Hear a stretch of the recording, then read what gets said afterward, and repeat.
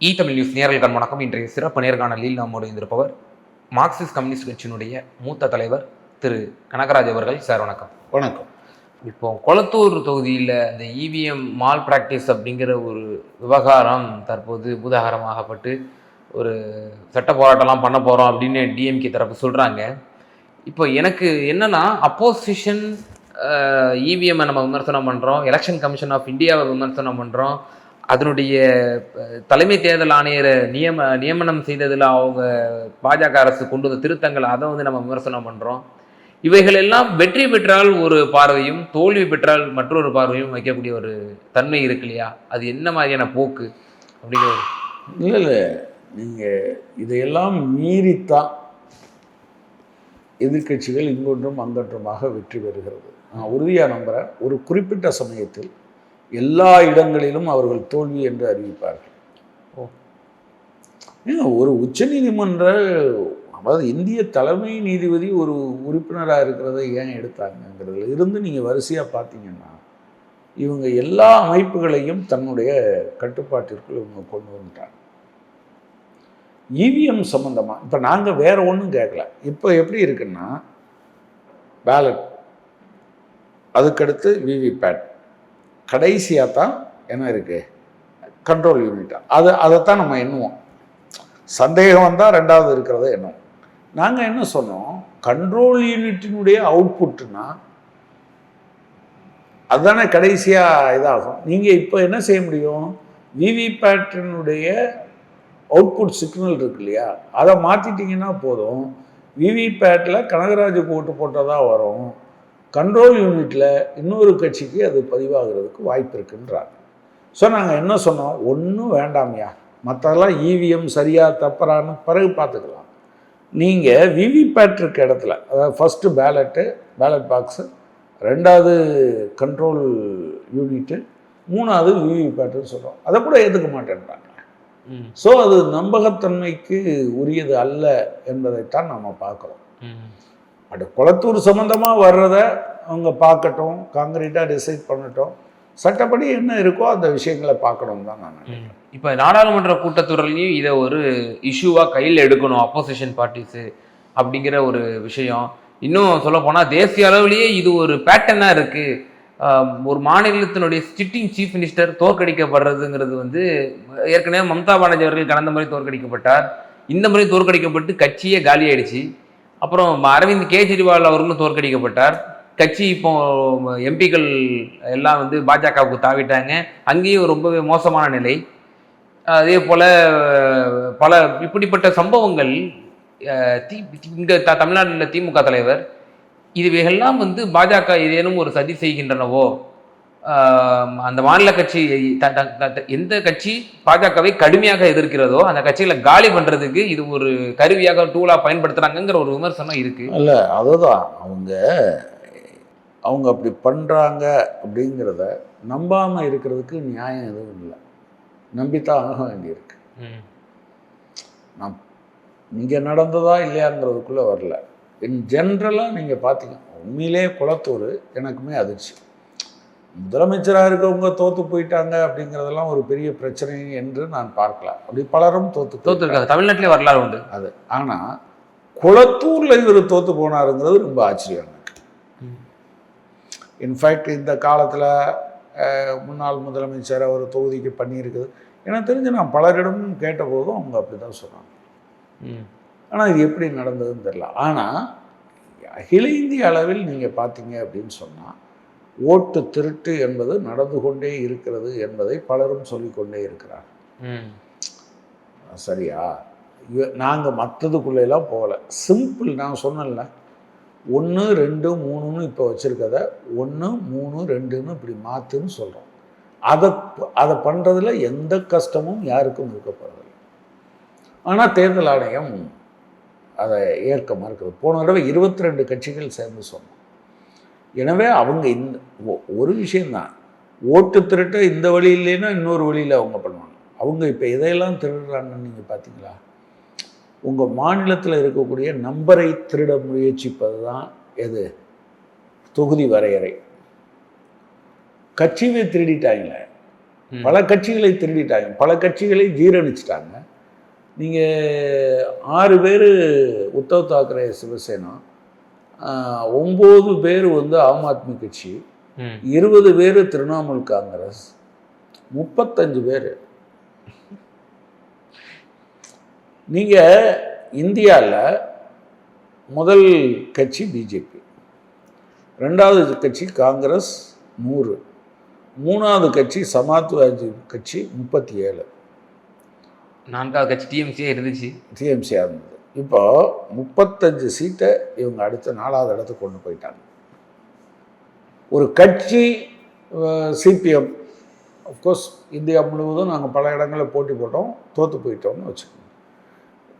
எங்களை போல் எத்தனை மடங்கு பேரை இவங்க விலைக்கு வாங்கியிருக்காங்க. ஒன்று, உரிமையின் மூலமாக சட்டப்படியாக பறிக்க முயற்சிப்பது, வாக்குகளை திருடுவது, அடுத்து வந்து எம்பிக்களை திருடுவது, இறுதியாக கட்சிகளை திருடுவது. இது வந்து பாஜகவினுடைய இயல்பான தன்மையிலிருந்து வருது.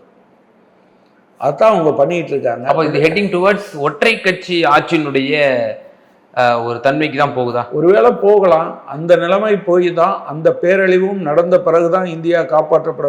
பட் அது அப்படியெல்லாம் நீடிக்க முடியாது. மக்கள் எப்போதுமே கட்சிகளால் முடியலை, நீதிமன்றம் தலையிடலை, நிர்வாகம் ரொம்ப ஊழலாகி போச்சு, தலையிடலை என்று வருகிற போதெல்லாம் உறுதியாக மக்கள் சக்தி இது எல்லாத்தையும் சாதிச்சிருக்கு. நான் என்ன சொல்கிறேன், நீங்கள் தர்மேந்திர பிரதான் எவ்வளவு தெனாவட்டா சொன்னார், தமிழ்நாட்டுக்கு ₹1 கூட கொடுக்க மாட்டேன்னு சொன்னாரா இல்லையா? சமக்கர சிக்ஷான் அபியான்ல வந்து நீங்கள் இணையணும், பிஎம்சி திட்டத்தை ஏற்றுக்கணும், அப்படி ஏற்றுக்காத போது உங்களுக்கு காசே கிடையாது போகாதுன்னு சொன்னாரா இல்லையா? இந்தியாவில் இருக்கக்கூடிய 100 எம்பி வச்சுருக்க காங்கிரஸ் அது இது எல்லாரும் சொன்னோம், பண்ணலை. ஆனால் வந்துட்டாங்களே, ஒரு இளைஞர் படை வந்ததில்லை, அது சாத்தியமாச்சு. அதனால் இட்ஸ் குவைட் நேச்சுரல். ஆனால் நம்ம அதுக்கு முன்னால் எவ்வளவு பெரிய விலை கொடுக்க போகிறோம் என்பதுதான் இப்போ இருக்கக்கூடிய ரொம்ப முக்கியமான விஷயம். அந்த விலை கொடுப்பதற்கு முன்பாக இதை செய்து விட்டால் நல்லது. எதிர்கட்சிகள் எல்லாம் பிரிஞ்சு கிடக்கிறாங்க, அது அவங்களுக்கு இதாக இருக்கு. சார், மக்களவை எதிர்கட்சி தலைவர் ராகுல் காந்தி கடந்த ஆண்டே வந்து பல ப்ரெசன்டேஷன்ஸ் வந்து கொடுத்துருந்தாங்க. மகாதேவபுராவில் 1 லட்சம் வாக்காளர் போலி வாக்காளர்கள், அதே போல் ஆலந்து தொகுதியில் கிட்டத்தட்ட ஒரு 6000 சொச்சம் வாக்காளர்கள், ஹெச் ஃபைல்ஸ்ன்னு சொல்லி ஹைட்ரஜன் பாம்பில் 8ல் 2 வாக்காளர்கள் என்று நினைக்கிறேன். அதில் வந்து அவ்வளவு பெரிய மாஸ் லெவலில் போலி வாக்காளர்கள். இதையெல்லாம் ஜஸ்ட் அட்ரஸ் பண்ணுறோம், ஓகே. அப்போது எலெக்ஷன் கமிஷன் ஆஃப் இந்தியா தேர்தல் முறை என்டையர்லி கரப்டட். அப்போ அது வந்து நம்ம உணர்றோம். அடிப்படையே அதுதான். இப்போ அரசியல் கட்சி எதுக்கு நடத்துறோம்? அதை உணர்ந்து காங்கிரஸ் கட்சி எல்லாத்தையும் ஒருங்கிணைக்கணும். ஆனால் அவங்க அதை பண்ணுறது, தமிழ்நாட்டுக்கு வர வேண்டியது, இந்த இவர் எட்டப்பன்னு சொல்ல வேண்டியது, அங்கே போக வேண்டியது, பினராயி விஜயனை தூக்கி உள்ளே போடுங்கன்னு சொல்ல வேண்டியது, பீகாருக்கு போக வேண்டியது. காங்கிரஸ் ஆன் இட்ஸ் ஓன் இதையெல்லாம் பண்ண முடியும்னா பரவாயில்ல. இதெல்லாம் முடியாத போது கொஞ்சம் நிதானமாக யோசிக்கணும்ல. அதை அவங்க யோசிக்கிறதுக்கு தயாராக இல்லை. ஜந்தர் மந்தருக்கே போகலையே இந்த சிஜிபி ப்ரொட்டஸ்ட்டுக்கு. அது என்ன அப்படின்னு சொன்னால், இப்போ நீங்கள் வந்து இந்த ப்ரொட்டஸ்ட் வந்தோடனே எஸ்எஃப்ஐ, ஏஎஸ்எஃப், ஐசா எல்லாம் இங்கே வந்து போராடிக்கிட்டு இருந்தாங்க. ஆனால் என்எஸ்சிஐ இந்த பக்கத்தில் போகவே இல்லை. எல்லா கட்சி தலைவர்களும் எங்கே போனாங்கன்னா ஜந்தர் மந்தருக்கு போகிறாங்க. ஆனால் இவர் வந்து பிரதமர் வீட்டுக்கு போகிறார். நான் என்ன சொல்கிறேன்னா, ஓகே, இந்த மாதிரியான விஷயங்களில் டிஃப்ரென்சஸ், ஒன்றுக்கு மேற்பட்ட கட்சிகள் வர்ற போது டிஃப்ரென்ஸ் ஆஃப் ஒப்பீனியன் இருக்கும். அப்போ நீங்கள் இதில் பேன் இண்டியா ப்ரெசன்ஸ் இருக்கவங்க முறையில் அவங்களுக்கு கொஞ்சம் இது தேவை. ஆனால் எனக்கு தெரிஞ்சு அதை விட தன்னுடைய கட்சியின் நலன் தான் அவங்க முக்கியமாக நினைக்கிறாங்கன்னு தோணுது. சார், இப்போ சுப்ரீம் கோர்ட்டுக்கு அடுத்து போனாங்க அப்படின்னா, சுப்ரீம் கோர்ட்டுமே இதுவரைக்கு இசிஐக்கு எதிராக அவர்கள் ஒரு தீர்ப்பை வழங்கியதை நம்ம பார்த்ததே கிடையாது, பண்ண மாட்டாங்க. இப்போ ஃபார் எக்ஸாம்பிள் 2024 ஏன்னா எக்ஸ்ட்ராடினரி சிச்சுவேஷனில் பெல்லட் குண்டுகளை பயன்படுத்தலாம்னு சொல்லுது ஒரு உச்சநீதிமன்றம். Okay, what does it mean? இதனுடைய பொருள் என்ன? எனக்கு ரொம்ப கவலையாக இருக்குது. எக்ஸ்ட்ராடினரி சுச்சுவேஷனா இல்லையான்னு ஒன்று பார்க்கறது உங்கள் வேலையா இல்லையா? தன் நாட்டின் மக்களுக்கு எதிராக, குடிமக்களுக்கு எதிராக எக்ஸ்ட்ராடினரி சுச்சுவேஷன் பீரங்கி உபயோகிக்கலாம், அல்லது எக்ஸ்ட்ராடினரி சுச்சுவேஷன் தடன்னு சுட்டு தரலாம், இப்படி பேச முடியுமா? இப்போ அப்படி ஒரு எக்ஸ்ட்ராடினரி சுச்சுவேஷன் இருந்ததா?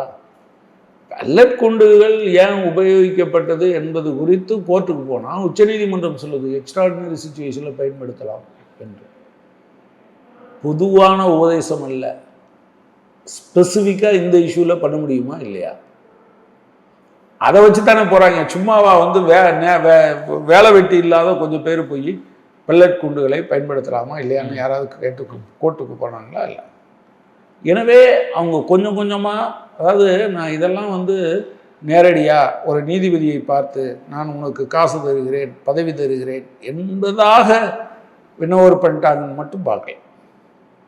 வேறு பல வகையில் ஐடியாலஜிக்கலாக கரெக்ட் பண்ணி அந்த மாதிரியான ஆட்களை ப்ரமோட் பண்ணுறது. நீங்கள் ஒரு 10 மாதத்துக்கு முன்னால், நிஜமாக 2024 செப்டம்பரில் கேரவன் மேகசின் வந்து 31 பேர் வந்து உச்சநீதிமன்ற நீதிபதிகள். அதில் குறைஞ்சபட்சம் 33 பேரில் 31 பேர் வந்து ஒருத்தர் கிறிஸ்தவர், ஒருத்தர் இஸ்லாமியர். 31 பேரில் 9 பேர் விஸ்வ பரிஷத்தினுடைய ஒரு நிகழ்ச்சியிலிருந்து 7 நிகழ்ச்சி அதிகபட்சம் கலந்து கொண்டவங்க. அதாவது மற்றவங்க கலந்துக்கிட்டாங்களா இல்லையான்னு உங்களுக்கு எனக்கும் தெரியாது. காங்கிரீட்டாக கலந்து கொண்டவர்கள் இத்தனை பேர், இன்னும் பலரும் இருக்கிறார்கள். ஆனால் அது நம்ம ஆதாரம் இல்லைன்னு சொல்கிறாங்க.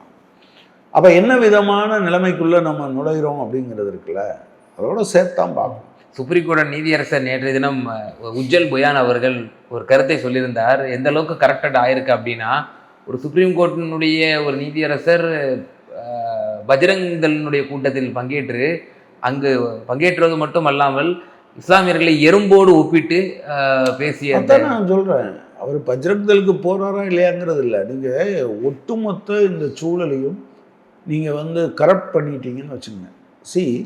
நீங்கள் சங் பரிவார் இந்த காலத்தில் மனித மனங்களை கரப்ட் பண்ணியிருக்கு. நான் மனித மனம்னு சொல்கிறதுல யாரெல்லாம் இருக்குது? அதில் தான் ஜட்ஜஸ் வராங்க, அதில் தான் இராணுவம் வருது, அதில் தான் போலீஸ் வருது, அதில் தான் பியூரோக்ராட்ஸ் வர்றாங்க. எல்லாரையும் கரப்ட் பண்ணி வச்சுருக்காங்க. கட்டாயம் எல்லாம் சரியாகும். ஆனால் அதுக்கு முன்னால் என்ன விலை கொடுக்க போகிறோம், எதற்கு முன்பாக விழித்து கொள்ளப் போகிறோம் என்பதுதான் இப்போ இருக்க கேள்வி. 2 ஆண்டுகளுக்கு முன்னதாக ஒரு வழக்குக்கு தீர்ப்பு வழங்கியது சுப்ரீம் கோர்ட். அந்த சுப்ரீம் கோர்ட் தீர்ப்பு என்பது கோரிக்கை என்னவென்றால் விவிபேட் 100% எண்ணணும், புனிதத்தன்மையை நீங்கள் வந்து உறுதிப்படுத்துங்க அப்படிங்கிற. ஏங்க எத்தனை பேர் ஜெயிலுக்குள்ளே கிடக்குறாங்க? நீங்கள் வந்து நீங்கள் பொதுவாக உபதேசம் பண்ணுவீங்க, fail is the rule, jail is exception. ஆனால் ஸ்பெசிஃபிக் கேசஸ் வரும்போது சொல்லணுமா இல்லையா? ஷார்ஜில் இமாமும் உமர் காலித்தும் என்ன பண்ணாங்க? இது மாதிரி எத்தனை பேர் இருக்காங்க தெரியுமா? Very unfortunate. எனவே நீதிமன்றங்கள் பொதுவாக வந்து உபதேசம் பண்ணுவதில்லை, ஸ்பெசிஃபிக்கான கேசஸ் உங்கள்கிட்ட வரையில் நீங்கள் எப்படி இருக்காங்கிறதான் முக்கியம். இந்த விவகாரத்தில் கூட தேர்தல் ஆணையர் நியமனம் சம்பந்தமாகவும் விவிபேட் சம்பந்தமாகவும் கொடுத்த அந்த தீர்ப்புக்கு நரேந்திர மோடி அவர்கள் எதிர்கட்சியின் மீது ஒரு விமர்சனம் வைத்திருந்தார். உச்சநீதிமன்றம் ஓங்கி பலார்னு எதிர்கட்சிக்கு வந்து ஒரு அறை கொடுத்துருக்கு, எலெக்ஷன் கமிஷன் வந்து எவ்வளவு நாணயமாக நடந்திருக்குன்னு சொல்லி சுப்ரீம் கோர்ட்டே கொடுத்துருச்சு ஒரு தீர்ப்பு அப்படின்னு சொல்லி இந்த 2 ஆண்டுகளுக்கு முன்னதாக கொடுக்கப்பட்ட தீர்ப்பிற்கு பிரதமர் மோடி அவர்கள் கொடுத்த கமெண்ட் இது அப்படிங்கிறது பார்க்க. உச்சநீதிமன்றம் சந்திரசூட் என்ன சொன்னார்? பாபர் மஸ்ஜித் இட பிரச்சனையில் என்ன சொன்னார்? சட்டப்படி தீர்ப்பு வழங்கன்னு சொன்னாரா? இல்லை. அதே போல் நீங்கள் வந்து இதில் என்ன சொன்னாங்க, எலக்ட்ரல் பாண்டு விஷயத்தில் என்ன சொன்னாங்க? இது ஒரு பகுதி. அது யார் முகத்தில் மிதிச்சுதா அரைஞ்சுதா நீ கேட்கணும். நீங்கள் வந்து உங்களுக்கு ஆதரவான சில அமைப்புகளை வைத்து கொண்டால் நீங்கள் பிஎம் கேர்ஸ்ன்னு வச்சுக்கிட்டு நீங்கள் என்ன வேணாலும் மஞ்சள் குளிக்கலாம். நம்ம ஊரில் சொல்லுவாங்க மஞ்சள் குளிக்கிறதுன்னு. இன்றைக்கி வேறு அதுக்கு கணக்கு சொல்ல துப்பு கிடையாது. இல்லை, இந்த ஆட்சியாளர்களுக்கு பொதுமக்களுடைய பணத்தை தானே வச்சுருக்கான். அது திருட்டு தாங்க. ராமர் கோயிலில் நடந்தாலும் திருட்டு தான், பிஎம் கேஸில் நடந்தாலும் திருட்டு தான், பழனியில் நடந்தாலும் திருட்டு தான். ஆனால் இந்த திருட்டுகள் மட்டும் வாய் திறக்காத ஒரு கூட்டம் இருக்குல்ல. யார்? நீங்கள் ஒரு கோயிலில் சூடத்தட்டு காணாமல் போச்சுன்னு வச்சுக்கோங்க, அரசே ஆலயத்தை விட்டு வெளியேறும்பாங்க. சொல்லியிருக்காங்களா இல்லையா? ஆனால் கோயிலுக்கு சொந்தமான 100 கோடி பெருமானம் உள்ள நிலத்தை 2 கோடிக்கு, அந்த 2 கோடிக்கு இவங்களுக்கு வராது, வித்துட்டாங்க. தமிழ்நாட்டில் எங்கேயாவது பிஜேபி, ஆர்எஸ்எஸ் அல்லது இந்து முன்னணி, இந்து மகாசபா இவங்க ஏதாவது ஆர்ப்பாட்டம் பண்ணியிருக்காங்களான்னு பார்த்தீங்களா? ஒரு செய்தி காணுமே. அயோத்தி பிரச்சனையில் ஐயோ இப்படி பண்ணிட்டாங்கன்னு. இதெல்லாம் யார் அரசா பண்ணுச்சு? இதுதானே பண்ணியிருக்காங்க. அதுதான் இறுதியான ஒரே ஒரு கேள்வி சார். இப்போ தொடர்ந்து ஜனநாயகம் கேள்விக்குறியாக்கப்பட்டு வருது அப்படிங்கிற ஒரு விஷயத்தான் நீங்கள் சாராம்சமாக முன்வைக்கிறீங்க. அப்படிங்கிற பொழுது இப்போ இந்த இவிஎம், இப்போ மு.க. ஸ்டாலின் ஃபார் எக்ஸாம்பிள், இப்போ இது போல் பல சம்பவங்கள் பல மாநிலங்களில் நடந்து முடிஞ்சிருச்சு. எதை நோக்கி போய் கொண்டிருக்கிறது? அப்போசிஷன் என்ன செய்யணும்? ஏன்னா இதே விவகாரத்தில் திரு ராகுல் காந்தி அவர்கள் நாடாளுமன்றத்தில் முன் வச்சாரு, I am ready to debate with home minister regarding my 3 PowerPoint presentation over Mahadevpura, Aland, Haryana அப்படின்னு சொன்னாரு. அதற்கு தலை தெரிந்து ஓடிவிட்டார் அமித்ஷா என்பதும் குறிப்பிடத்தக்கது. இப்போ பார்லிமெண்ட்ல இதை வந்து ஒரு இஷ்யூவா எடுக்க ஏன் அப்படின்னா நீங்க தனியா போராட முடியாத போது எல்லாத்தையும் இணைக்கணும்ல. இந்த ஒருங்கிணைக்கிற இடத்துல காங்கிரஸ் இல்லைங்க. அவங்க தேவைங்கிற போது வராங்க. மற்ற நேரத்தில் நான் இப்போவும் சொல்றேன், நீங்கள் வந்து கேரளாவில் சிபிஎம்மை விமர்சிக்கிறதுக்கு உங்களுக்கு 1008 விவரத்தை நீங்கள் கையில் எடுத்துக்கலாம். ஏன் கைது பண்ணலைன்னு நீங்கள் சொல்கிறீங்கன்னா இட்ஸ் ஒரு மீன்னஸ். நாளைக்கு நரேந்திர மோடியும் அமித்ஷாவும் ராகுல் காந்தியை கைது பண்ண மாட்டாங்களா என்ன? ஏற்கனவே பதவி பறிச்சுட்டாங்க. சரின்னு சொல்லலாமா? சரின்னு சொல்லலாம். ஜனநாயக சக்தி எல்லாமே கண்டிச்சோமே. அதைத்தான் பண்ணணும். ஆனால் அந்த இது வந்து நான் இப்போவும் சொல்கிறேன், இதில் அவர் தப்பு பண்ணியிருந்தாருன்னா இப்போவும் ராகுல் காந்தி சொல்லணும். ஒரு தங்க திருட்டில் ஈடுபட்ட ஒரு மனுஷனை பொலிட்பீரோ வச்சுருக்க கட்சியோடு நீங்கள் உட்காந்து பேசலாமா? பேசக்கூடாதுல்ல. நேர்மை இருந்தால் அதை பேசணும். ராகுல் காந்தி அதை செய்கிறதில்லை. அதுதான் பிரச்சனை. இன்னைக்கு காங்கிரஸோட இப்போவும் சிபிஎம்லாம் என்ன நினைக்கிறதுனா காங்கிரஸோட சேர்ந்து தான் இதை பண்ண முடியும். பேன் இண்டியா ப்ரெசன்ஸ் அது வரவே வராது, ஒத்துழைக்காது. அது தன்னை பற்றி மட்டும்தான் பேசும், வேறு எதை பற்றியும் கவலைப்படாதுன்னு சொன்னால் அது ரொம்ப சிக்கலான சூழ்நிலை. ஆனால் வரலாறு எப்போதுமே இதற்காக காத்து கொண்டெல்லாம் இருக்காது, நபர்களுக்காக காத்து கொண்டு இருக்காது. இப்போ அபிஜித் மாதிரி யாரும் வருவாங்க. ஓகே, நிச்சயமா சார். பல்வேறு கேள்விகளுக்கு ரொம்ப விரிவாக தெளிவாக பதில் சொன்னீங்க. ரொம்ப நன்றி.